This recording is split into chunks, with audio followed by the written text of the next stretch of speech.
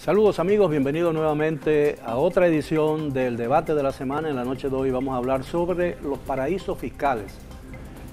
Un elemento que está de moda, una palabra que está de moda o palabras que están de moda en la República Dominicana a propósito de la divulgación por parte de una convención de periodistas independientes a nivel continental y a nivel del mundo de la revelación de muchos estadistas y líderes políticos de América Latina, incluso de otras zonas del mundo, que tienen su fortuna o parte de su fortuna en paraísos fiscales. Para ello cuento con dos economistas, la licenciada Gloria Marrancini y la licenciada Ana Carolina Franco Soto, y dos abogados, los señores José Gregorio Cabrera y John Garrido. Buenas noches, gracias por aceptar nuestra invitación. Gracias. Los paraísos fiscales son prácticamente cosas nuevas para el común denominador de los dominicanos, que apenas han oído uno que otro día hablar de offshores o de paraísos fiscales. ¿En qué consisten los paraísos fiscales y por qué son tan importantes y por qué son tan, a la vez, tan cuestionados? Bien. ¿Dicen las damas? Las damas primero. Mira, lo primero es que hay que definirlos como territorios donde hay una tributación inferior, menor o nula tributación respecto del país de origen o de referencia. Sin embargo, el término paraíso fiscal es un término que está en desuso. Hay países que los denominan países no cooperantes, por ejemplo, el Consejo Europeo dice país no cooperante en materia tributaria, y le da una visión de intercambio de información que es hacia donde han migrado la mayoría de el diálogo que se tiene en materia tributaria. Sí, hay que notar, Miguel, que los paraísos fiscales, como los conocemos hasta ahora, surgieron hace 40, 50 años, cuando, sobre todo en los países de Latinoamérica, habían dictaduras y habían gobiernos poco democráticos. Entonces, realmente... Habían y siguen habiendo. Y siguen habiendo. Entonces, los empresarios, las personas que habían heredado fortunas, pues obviamente querían proteger esos patrimonios y salían a invertir esas platas para resguardarlas de cualquier evento político. Hoy en día, estábamos comentando antes, a través de los años se han ido transparentando todos esos capitales, porque ya hay una tendencia a invertir localmente en los países, o por lo menos a permitir que el gobierno del país de procedencia pues obviamente cobre su tajada de la torta, ¿no? Entonces, yo comentaba el caso de Chile, donde Chile obviamente en un momento dado se dieron cuenta que estaban todos estos capitales fuera desde la época de Pinochet o quién sabe, y se hizo un proceso de amnistía. Todos estos clientes trajeron sus fondos de vuelta a Chile, no trajeron los fondos físicos, sino que los registraron, los transparentaron. Entonces se pagó un impuesto de un 8% del volumen de esos activos en ese momento. ¿Del volumen de los activos o de las operaciones de esos activos? No, del volumen. Si un cliente tenía una cuenta de 10 millones de dólares, pues se declaraban esos 10 millones y quedaba registrado. Anualmente, a partir de ese momento, pues obviamente el cliente tiene que presentar de su cuenta bancaria de diciembre del 2019, pongamos por ejemplo, cuál era su saldo, y a diciembre del 2020, cuando presente su declaración, presenta su nuevo saldo. Si hay una plusvalía, pues el gobierno de Chile se paga su tajada correspondiente. Pero ¿puede cobrar un gobierno operaciones de capitales nativos que operan en el exterior? Totalmente. Porque entonces no existe la posibilidad de una doble tributación. Depende del marco regulatorio que se aplique en cada caso, pero básicamente el principio de la fiscalización es que una operación que tenga origen en un territorio o cuyo capital se encuentre en ese territorio, pues evidentemente hay una ganancia y hay que tributar. Y precisamente eso es lo que buscan muchos empresarios y a veces patrimonios familiares que no hacen operaciones en este territorio, y lo que hacen es extraen el capital a una offshore para operar desde ese territorio que le tiene una fiscalización, una fiscalidad favorable, y por lo tanto no evadir, eludir, que son dos conceptos distintos. Si no es... La elusión es diferente. Exacto. Evadir es cuando tú tienes que pagar y no pagas. Eludir es cuando tú buscas una forma de no tener que generar la obligación fiscal. Y eso es lo que se busca usualmente con este tipo de Mario Morena diría, ahí está el detalle. Ahí está el detalle. Sí. Debo aclarar, perdón, que en Estados Unidos las bancas privadas internacionales donde normalmente están depositadas estas cuentas, hay una exención fiscal por ser no residente de Estados Unidos. O sea, esa es una condición y es un atractivo para que vayan a invertir a Estados Unidos. Sin embargo, no tiene la responsabilidad fiscal de cualquier otro inversor norteamericano. Ni siquiera tienen que pagar sobre sus utilidades. Paga sobre las utilidades Claro en sí. acciones. Okay. Claro que sí. Claro que Mira, sí. invertir alejado de la costa, que es el concepto que significa offshore, lejos de la costa, una palabra anglosajona, en principio no es legal. No es ilegal. No es ilegal invertir allí, porque los offshore, los paraísos fiscales, lo crean los propios estados. Una estructura estatal que dice, venga para acá, invierta aquí, pero tiene una característica que es la que genera un problema ético, y es que no hay transparencia, no hay tráfico de información, hay anonimato, Hay lavado. puede haber otros delitos, otros hechos que se asocien a la inversión, pero ya eso le depende al país determinarlo. Pero en principio es legal, no es ilegal. Lo ilegal es que esa inversión que tú haces en ese país, en ese paraíso fiscal, tú no la declares aquí. Y ahí entra la ley de declaración de bienes jurados, que era omitir bienes en tu declaración jurada es una falta grave. Pero, exactamente, pero las operaciones de esos activos en el exterior no están sujetos al pago de impuestos en la República Dominicana. Pero ¿no? tú tienes que hacer una declaración de bienes jurados anual y tienes que incluirla. Y si tú no la incluyes, Se tiene que incluir, incluso si esos activos crecen, tiene que... todos tus bienes, Claro. todos tus bienes en tienen que términos estar en una declaración de bienes jurados. Y el presidente de la República y todos los funcionarios que son sujetos obligados en las declaraciones de bienes jurados, tiene que ponerlo. De no ponerlo, de omitirlo o de falsear algún documento, en un caso es un delito, en otro caso es una falta. Un presidente que omita sus bienes que están invertidos en un paraíso fiscal es pasible hasta de un juicio político. Ahora, Hay un tema que es importante en estos esquemas de optimización, porque son esquemas de optimización tributaria que tienen empresas y lo han tenido siempre, y por eso hoy en día se debate en el marco del G7, por ejemplo, un impuesto corporativo único internacional de un 15%, como lo propuso el presidente Biden. Los países tienen reglas específicas aplicables. En el caso dominicano, por ejemplo, el hecho generador de renta es que la renta se perciba en el territorio dominicano. Eso genera una obligación. Y es importante destacar que no es el caso de los Estados Unidos, donde hay unos requisitos de nacionalidad, de residencia y de actividad que son distintos.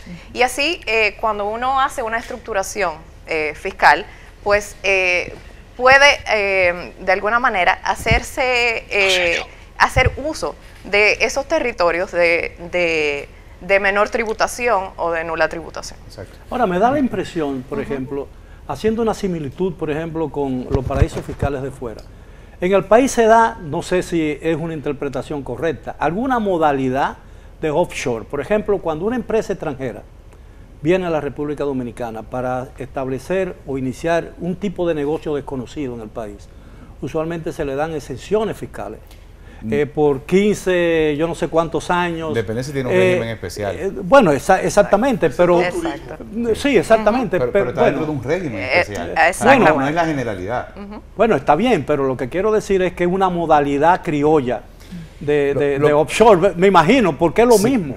Lo que pasa, don Miguel, es que al final, como nación, el objetivo es tú captar el capital. Bueno, claro, en eso estamos de acuerdo. Tú quieres que la mayor cantidad, y ahí hay una desviación importante en algunos de los esquemas especiales que se han creado en la tributación dominicana, porque tú quieres que el dinero esté aquí.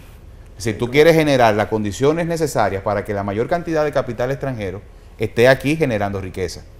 Y generando empleo. Y generando empleo. En el caso, por ejemplo, del pero ahí se puede turismo, repatriar el capital, por ejemplo. Sí, claro, y paga un impuesto. Sí, el impuesto de repatriación no es nada es un despreciable. 25%. Es un 25%. No en los casos que no haya algún convenio de doble tributación, como el caso español, exacto, donde es un 10. Exacto, y a eso iba. Pero mire lo que sucede a veces. Usted tiene una compañía extranjera que le vende un servicio a un extranjero y que le cobra en el extranjero, pero el servicio se presta aquí. En esos casos, ¿cuál es? Bueno, es un vacío legal del marco regulatorio Del aplicable sistema. que debe cerrarse. ¿Por qué? Porque, y lo digo por el tema del turismo, o sea, un hotel de X nacionalidad que le vende un paquete a una persona fuera del país, esa persona paga en una agencia en ese país y ese dinero nunca llegó aquí. No hay una obligación de tributación en principio, pero es un servicio que al final se está ofreciendo aquí en el territorio. Y el costo de esos servicios se asimila aquí. Exacto, exacto. Bueno, entonces definitivamente los paraísos fiscales no son tales. La lista es cada vez más pequeña. Yo diría que la lista de lo que inicialmente se denominó como paraíso fiscal, el paraíso fiscal el textbook example, el ejemplo del libro de texto era Suiza en su momento, pero luego extendido a otros territorios de la misma Unión Europea. En el caso de Suiza era solamente en el sistema bancario. Así es. Sí. Sí. Así es. Y era sobre todo, más que nada, el secreto bancario. Exacto. En Suiza antes se podían abrir cuentas a nombres ficticios.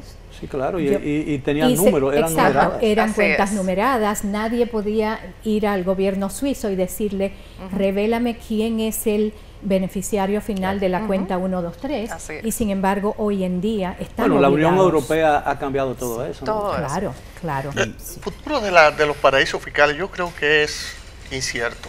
Va a desaparecer porque la tendencia es a la transparencia. Totalmente. Yo creo que la gente va a tener que dejar de invertir fuera y venir a su país, comprar vaca y comprar tierra, invertir en el campo, y eso no le va a generar ningún problema, porque si tú buscas el anonimato, la transparencia ya no lo va a tener. Claro. Pero, Sí, pero perdón, no estoy tan de acuerdo con eso, por lo que yo les comentaba antes del programa. Para una persona o una familia que tenga un patrimonio muy grande, llámese Luis Abinader, llámese el caso de Piñera, el presidente de Chile, tú tienes, digamos, la mayor parte de tu fortuna con exposición política y social a tu país de origen. Entonces, es lo más prudente que tú, este pedazo que tú vas a utilizar en tu vejez o que le vas a dar a tus hijos, a tus nietos, a tu descendencia de herencia, tú los salvaguardes, como podríamos decir. Salvaguarda Porque, de patrimonio, entonces bueno, es una forma sí, de proteger Organización el patrimonio. patrimonial. exacto, sí, claro. planificación patrimonial. Claro. Así es. Y en muchos casos se utiliza para eso, es decir, para hacer una organización patrimonial en un marco fiscal que sea beneficioso y que no necesariamente tenga un peso importante que disminuya el patrimonio. Y hay casos en que no solamente se busca un beneficio fiscal, sino, como expresaba la señora Marrancini, lo que se busca es un poco de diversificación de riesgo. Así es. Y Atenuar los riesgos. exactamente, no tener en la misma canasta todos los huevos. Sí. Y ese en gran medida fue el origen de muchas organizaciones sucesorales y patrimoniales que existieron en su momento. Y a nivel local no existía una legislación como la que tenemos hoy día de la Ley de Fideicomiso y Desarrollo del Mercado Hipotecario 189-11, que tiene esas prestaciones que buscan los inversionistas. Hay muchos inversionistas, por ejemplo, que tienen parte de su patrimonio o sus activos en el exterior, pero también funcionan con otros activos y parte de su patrimonio en el país. Me explicaba un economista que muchas veces eso ocurre o se estimula ese tipo de diversificación del patrimonio para evitar, por ejemplo, que si uno tiene una deuda muy grande con un banco y no puede saldar esa deuda, los otros patrimonios no queden afectados por el incumplimiento, Sí, ¿no? Eso también. es una posibilidad. Sí, también. Sí.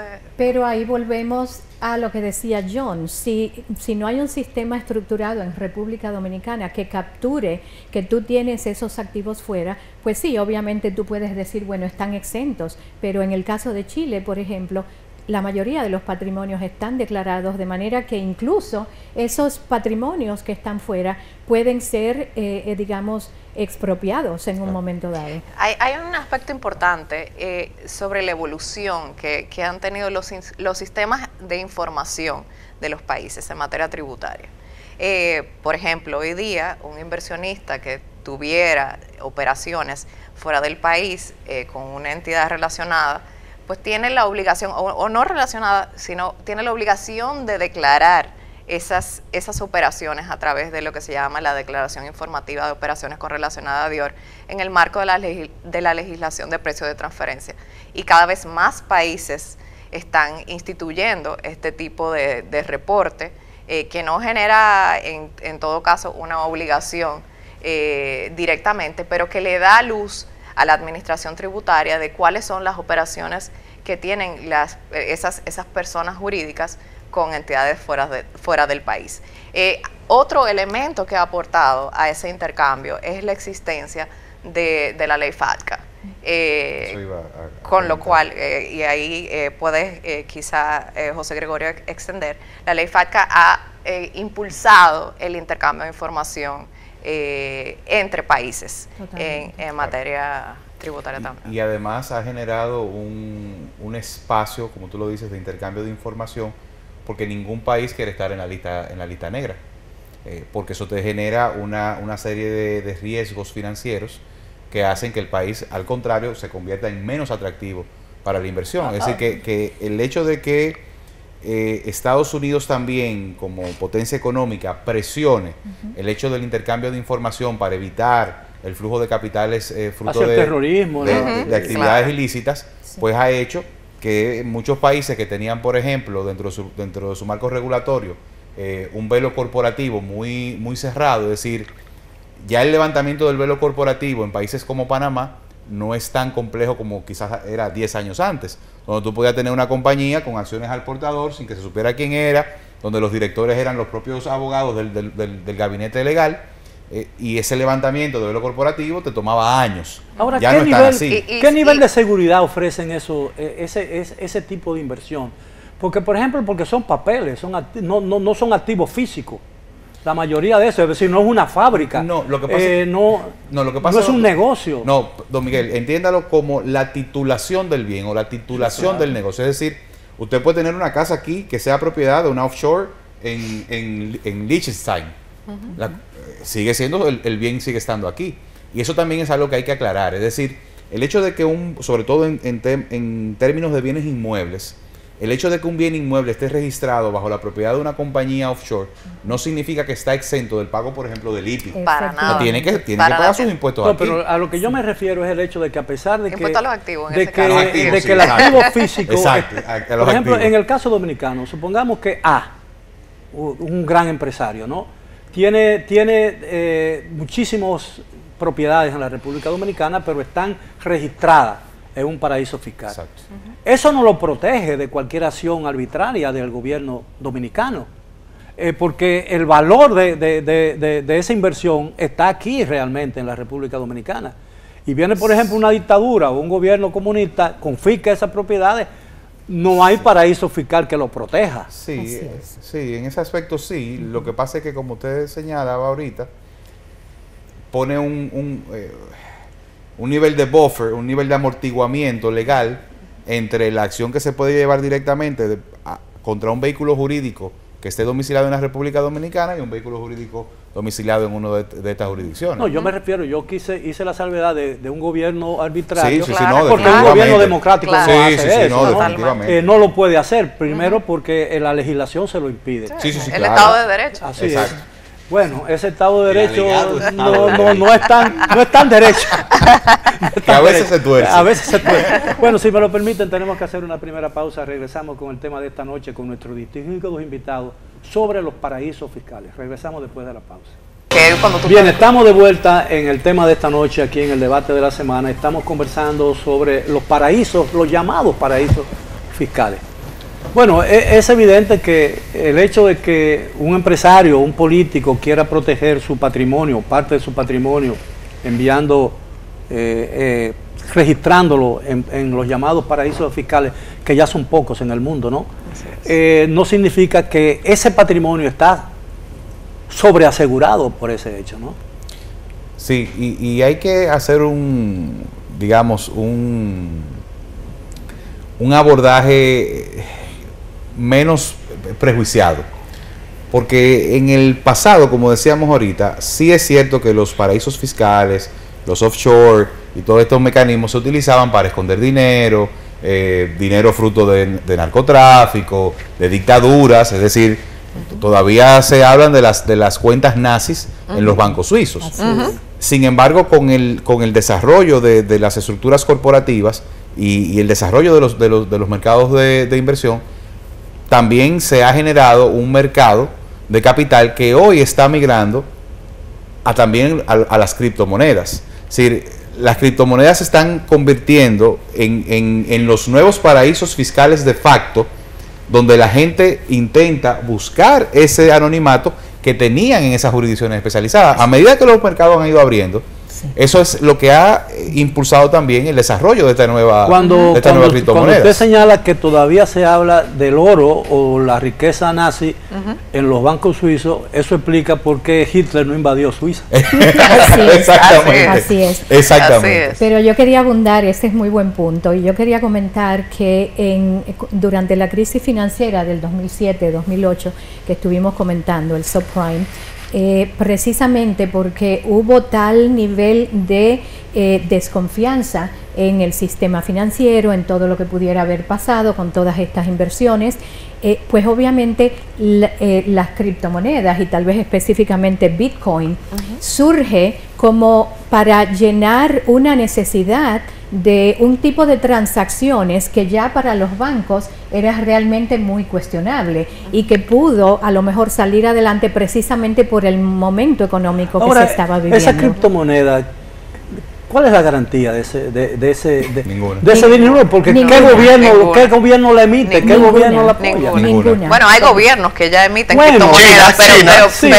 pero Bitcoin per se no tiene ningún exactamente, respaldo. Pero el valor de una moneda, lo que realmente la mantiene es el gobierno que está detrás. Es la confianza del Banco porque Central. los Estados Unidos tiene el déficit comercial y la deuda pública más grande de todo el mundo, y sin embargo el dólar sigue siendo la moneda más fuerte por del el mundo. prestamista de última instancia que se constituye en el dador de fiducia sobre esa moneda. Claro, y por el poder de la economía americana. Así es. Y de hecho China, Xi Jinping anunció hace un par de semanas que están absolutamente prohibidas cualquier tipo de transacciones en criptomonedas. Entonces eso es un golpe duro al futuro de las criptomonedas, que no es más que una percepción, y lamentablemente los mercados financieros muchas veces se mueven por percepción. Pero no tiene todavía una expresión física suficiente para... No, y ese es precisamente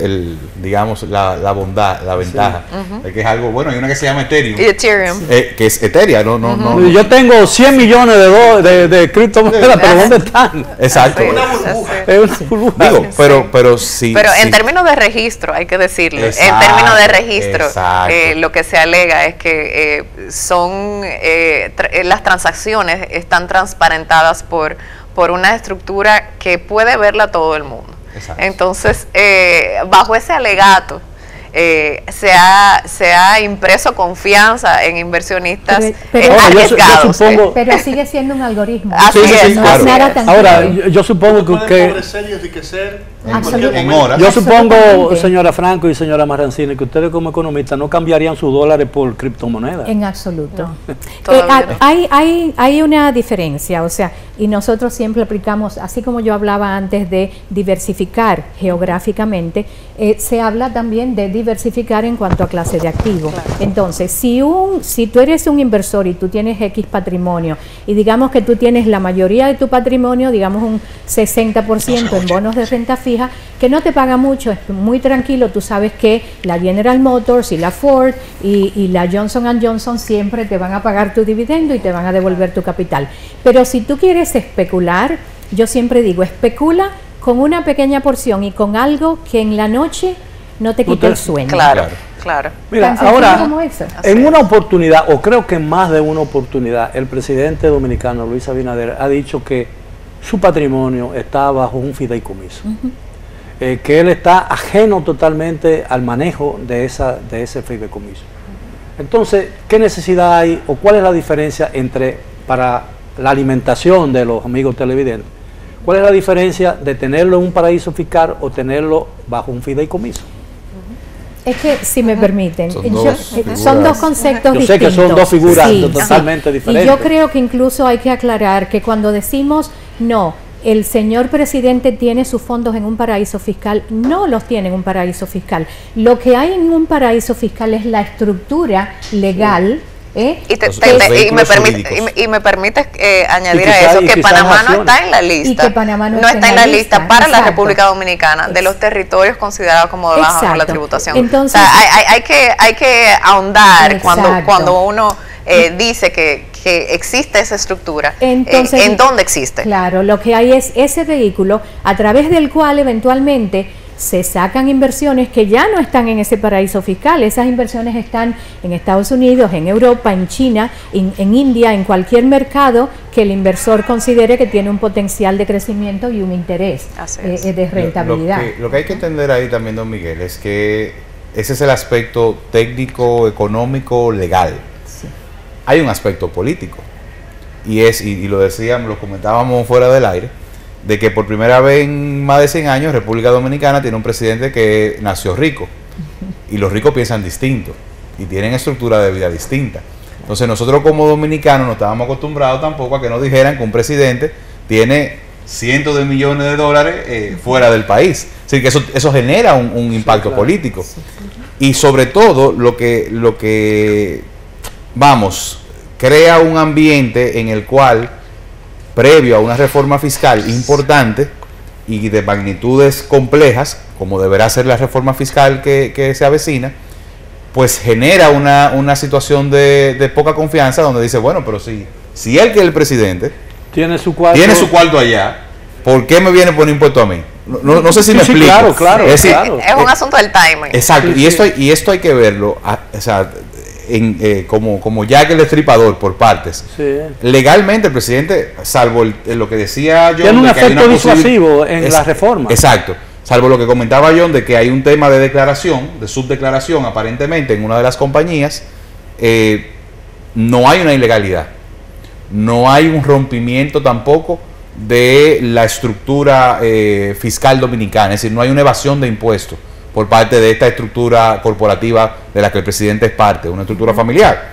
Lo que sí genera es un timing político y una condición dentro de la población que genera dudas y que genera malestar. E incluso en el término transparencia también queda afectada por eso, ¿no? Porque de alguna manera para el imaginario popular, claro, el hecho de tener tus activos fuera del país tiene poca transparencia, porque en realidad no se definen cuáles son. En un país donde el nivel de bancarización no llega ni a un 70%. Claro. Y estoy siendo, ¿verdad? Generoso. Y no hablemos del tema de organización patrimonial que... Exacto. Claro. Ahora, pero no podemos, Miguel, obviar que la inversión en los paraísos fiscales le deja pérdida de recaudaciones fiscales a los estados.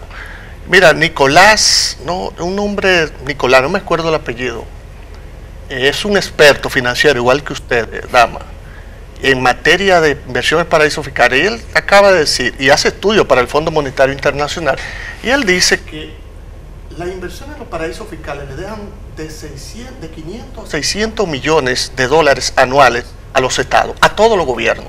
Si no se habló de 40.000 millones. Exacto. Estamos hablando de que invertir en los paraísos fiscales no deja de reñir un poco con la ética, pero también, si uno lo profundiza, puede afectar el orden jurídico. Mira, te voy a poner un ejemplo. El deber de tributar es un deber constitucional.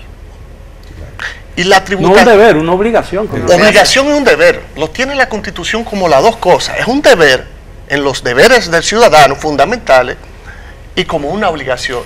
¿Y qué es tributar? Es ayudar a la carga que tiene el Estado.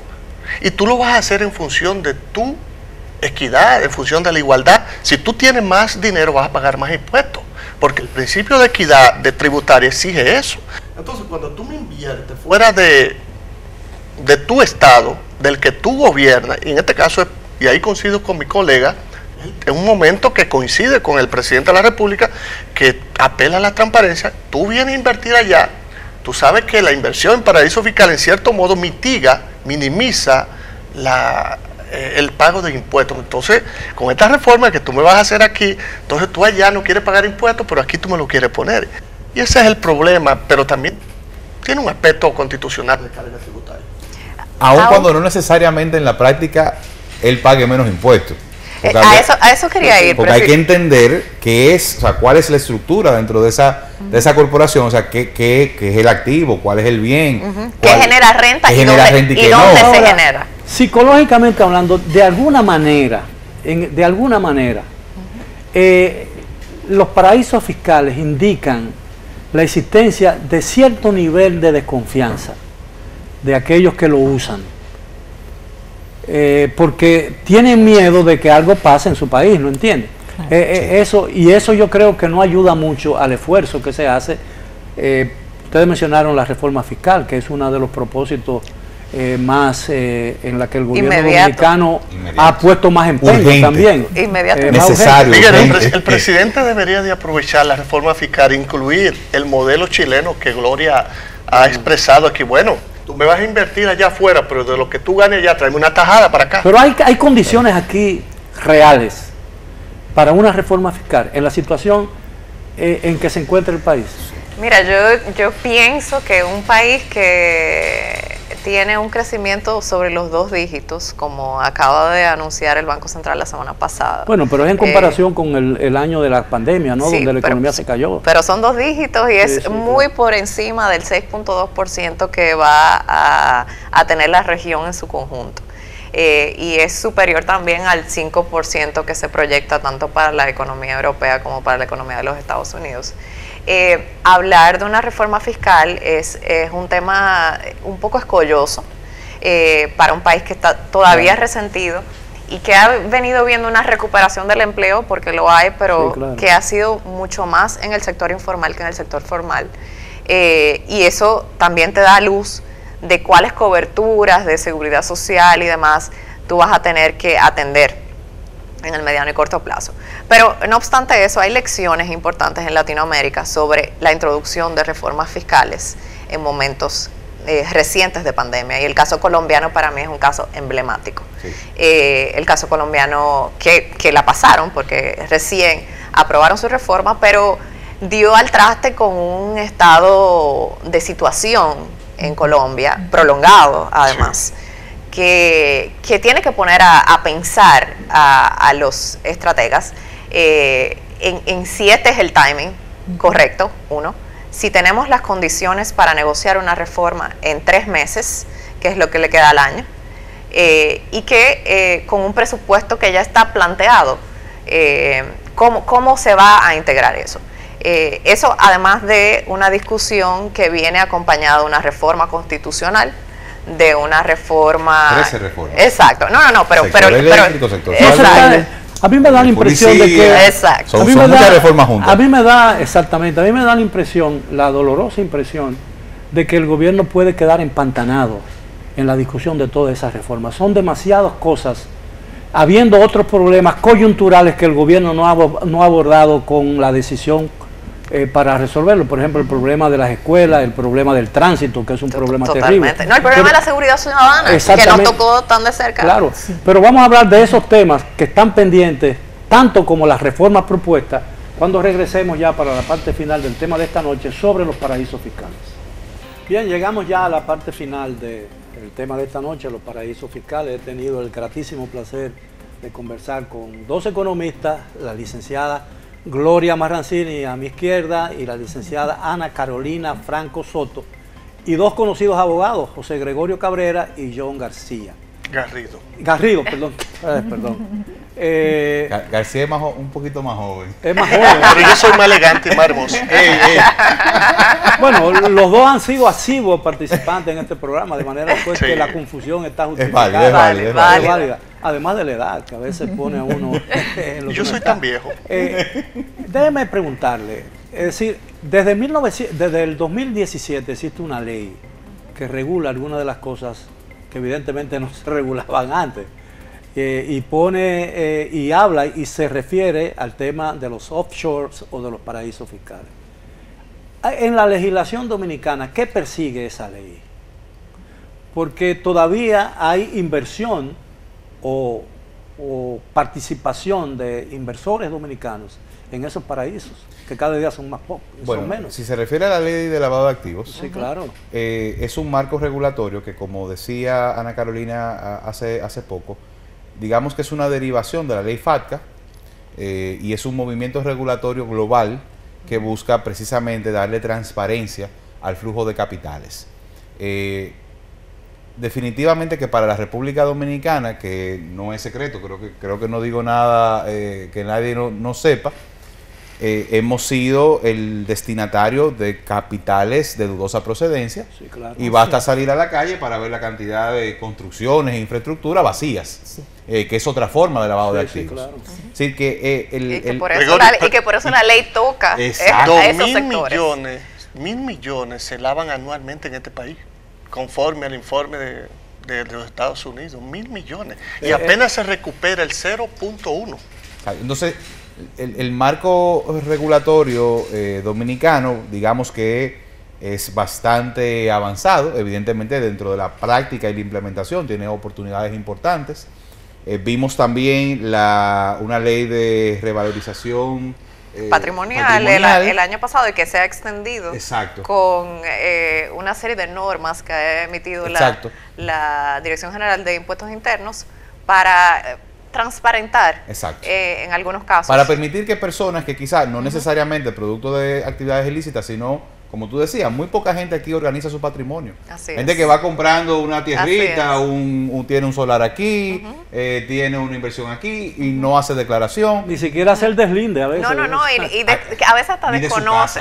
Y una ley que le permite a los negocios desarrollar lo que se llama conocer a tu cliente. Claro. A través de un sistema obliga a conocer a tu cliente. La revelación de esos papeles por el esfuerzo de ese conglomerado de periodistas internacionales ha puesto al descubierto que 3 presidentes de América Latina están involucrados en eso, el de Lasso, el de Ecuador, Piñera, el de Chile y el presidente dominicano. Pero también habla de que muchos empresarios y otros políticos, pero no se menciona. ¿Creen ustedes que hay mucha gente realmente aquí en el país?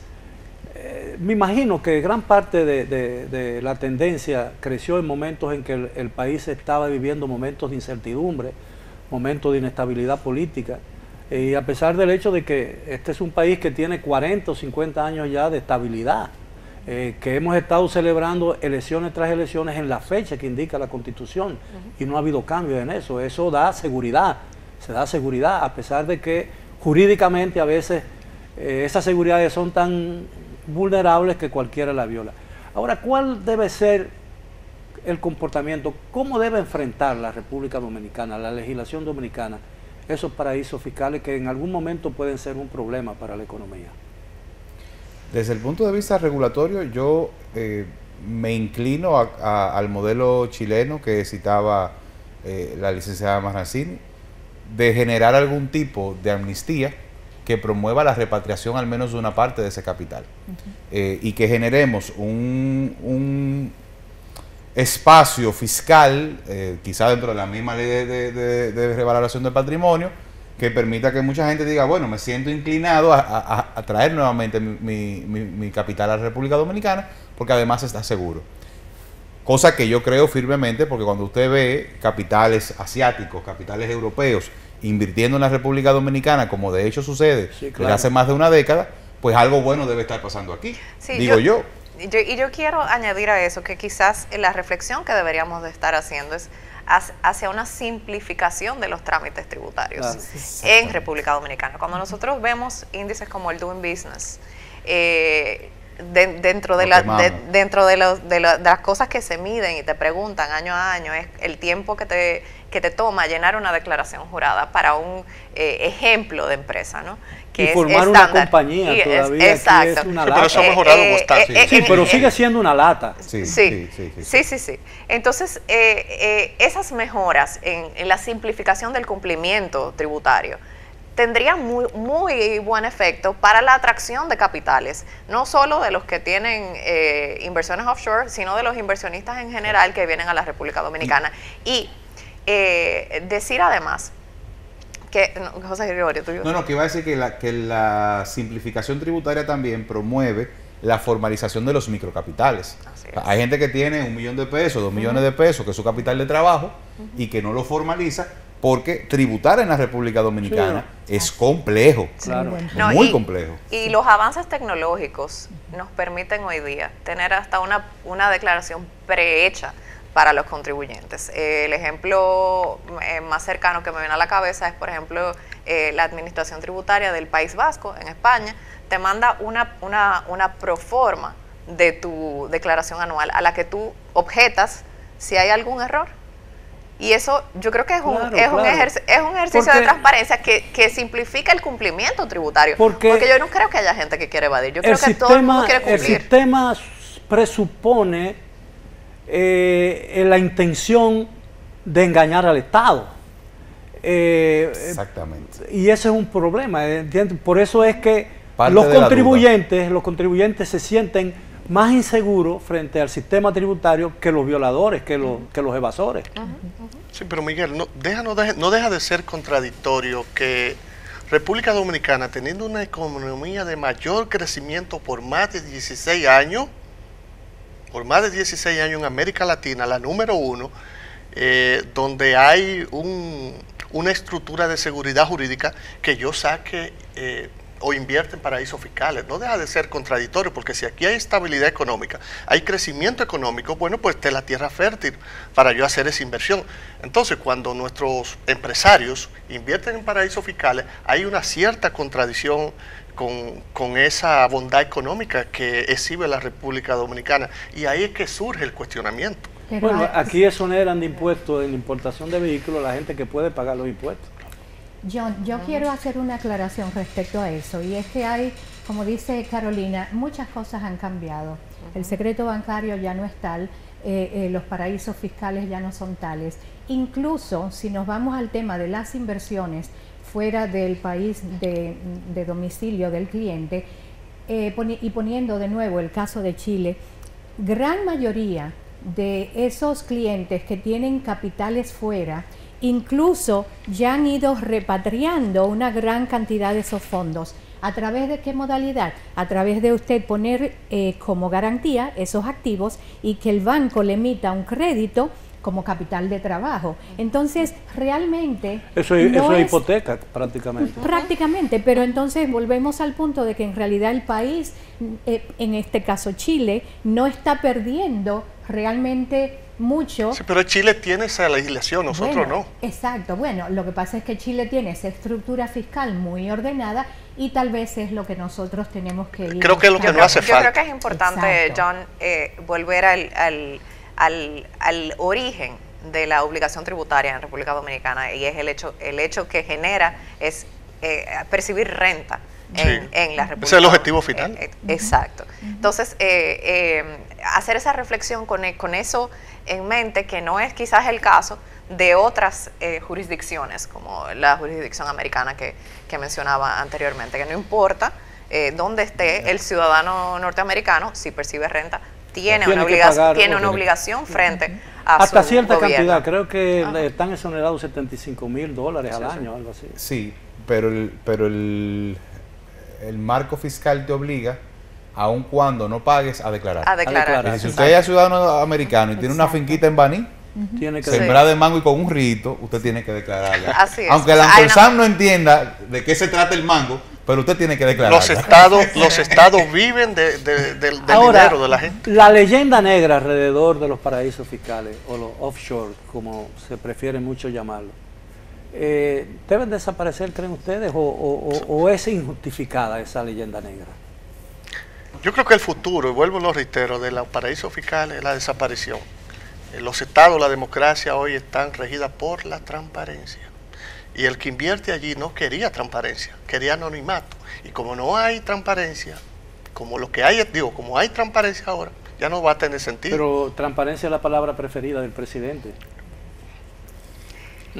Yo pienso, y perdóname, yo pienso que la lista de países que caen como no cooperadores, como decía al inicio del programa, como no cooperadores se ha ido reduciendo desde 2015, cuando el Concilio Europeo hizo su primera lista. La lista era larga y vamos por 12 países. Significa que se está disminuyendo. Hay una tendencia a una reducción. No obstante, la mitigación de riesgo transnacional va a continuar. Llámese paraíso o llámese a través de vehículos de optimización.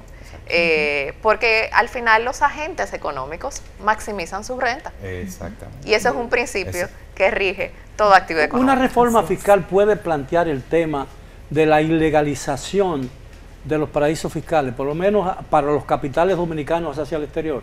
Nos quedan apenas 3 minutos. Sería antidemocrático. Sí, es anticonstitucional. Antidemocrático. Porque tú tienes libertad de inversión, libertad de empresa. Sí. Exacto. Y tú no puedes ponerle un límite a un inversor. Ningún país lo hace. Ningún país lo debe hacer ni lo puede hacer. Corralito, Lo que- Exacto. 2.0. Lo que sí se puede hacer es la reforma fiscal para que lo que tú inviertas allá de tu ganancia traiga una tajada para acá. Que todo esté registrado, que el cliente, que la persona que tiene esos fondos en su sociedad reporte año a año y si hay plusvalías, pues le dé su parte al fisco dominicano. Pero para alimentar a los amigos televidentes, entienden ustedes, como economistas y como abogados, que la prohibición mediante una ley o mediante un decreto, una disposición, de prohibir a los inversionistas dominicanos que lleven sus capitales a paraísos fiscales. Sería inconstitucional. No lo veo. Sería inconstitucional. No, Para nada. no. Porque incluso afectaría la posibilidad de repatriación de capitales de inversores extranjeros. Y la Sí. reputación. Claro. Sí, y a nivel El diplomático. Estado se o sea, somete claro. a cuestionamientos internacionales. Claro. Nosotros tenemos tratados y convenios internacionales que apuntan a una libertad de empresa, y la libertad de empresa no implica acá, Claro. puede ser fuera. Sí, el país ha suscrito tratados recíprocos de inversión. Sí. Claro. Esa no es la que solución. impiden Exacto. el establecimiento de una... al de- final- Eso se va a caer solo. Sí. Ya No. quedan ¿cuántos? 10 paraísos fiscales. Sí. 12 en 12. en la Cuando lista había europea. 100, ya se van a ir Hasta el desapareciendo. Banco Ambrosiano era una especie de paraíso Sí, y fiscal. yo creo, don Miguel, que lo que va a suceder es que el mismo mercado, aunque va a sonar un poco neoliberal de mi parte, pero el mismo mercado se va a autorregular y los países van a tener que empezar a competir para ofrecer mejores condiciones tributarias para poder llamar capital, que es lo que está pasando, por ejemplo, en el régimen de zona franca. Pero déjame Yo decirte, el mercado es más inteligente que muchas veces que los gobiernos, ¿no? Sí, y que los congresos. Siempre, el mercado siempre va adelante y hay que añadir... A Dios no le gusta eso, pero... No, yo estoy de acuerdo. Hay que añadir... Bueno, Mira, jóvenes. sin empresa, la pobreza se combate con empresario y con empleo. Exacto. Bueno, Así es, jóvenes, así es. El créanme tiempo que- se nos agotó, le estoy sumamente agradecido por esta magnífica oportunidad y pienso que los amigos televidentes del debate tienen una idea más cabal ahora de lo que son los paraísos fiscales y el significado que ellos tienen para un país como el nuestro, la República Dominicana. Ha sido todo por hoy. Pasen un buen resto de la noche, les deseo un buen fin de semana y nos veremos el próximo sábado para otro programa similar. Hasta entonces.